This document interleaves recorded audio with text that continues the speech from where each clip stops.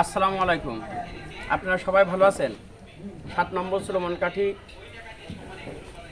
৯ নম্বর word জগাটি গ্রামের পক্ষ থেকে আমি মহিউদ্দিন, আমাদের জগাটি গ্রামের হিন্দু সম্প্রদায় যে আমার দাদারা আছেন, আপনারা সবাই ভালো আছেন তো? দাদা, আমরা এই যে আজীবন যতদিন আমরা জন্মাইছি আপনারা একসাথে কাঁধে কাঁধ মিলে বসবাস করছি। আপনাদের কি কোনো সমস্যা হয়েছে? আশা করি হয়নি, আগামীতেও হবে না, ভবিষ্যতেও হবে না। আমরা এই আশা নিয়ে আমরা একসাথে বসবাস করব। আমরা বাইরের রাষ্ট্র থেকে যত সমস্যা আসুক আমরা সমাধান করব। আমরা একসাথে মিলেমিশে থাকি। দাদা, আমরা যে এতদিন বেঁচে আছি আপনাদের সাথে আমাদের কোনো ঝগড়া বেঁধেছে? আজীবনেও বাঁধবে না। আমরা একসাথেই বসবাস করব। আমাদের কোনো ভেদাভেদ আছে?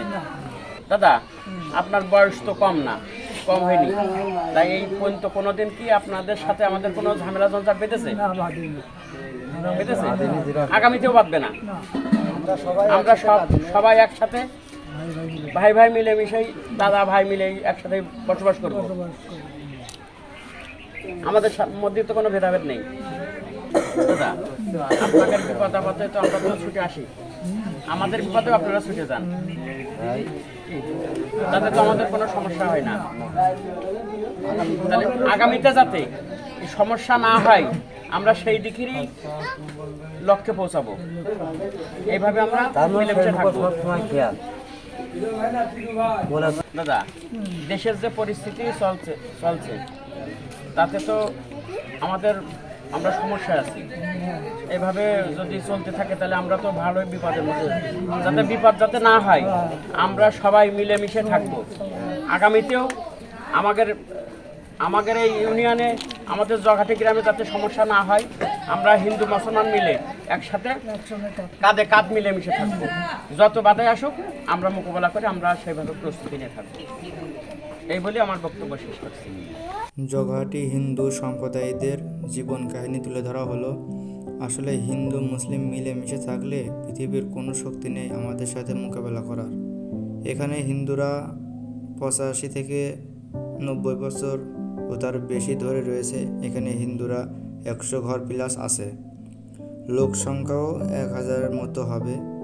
এই 80 বা 90 বছরে কোনো হিন্দুর সাথে কোনো মুসলমানের এখনও পর্যন্ত মারামারি হয়নি।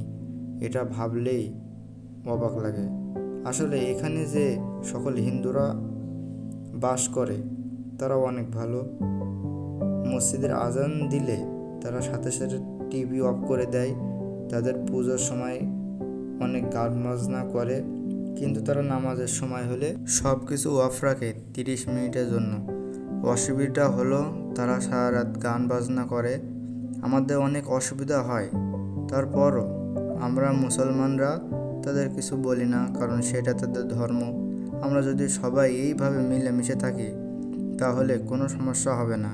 কিছু হিন্দু সম্প্রদায়ের লোক আছে, তারা হিন্দু মুসলমানের সাথে দাঙ্গা সৃষ্টি করছে।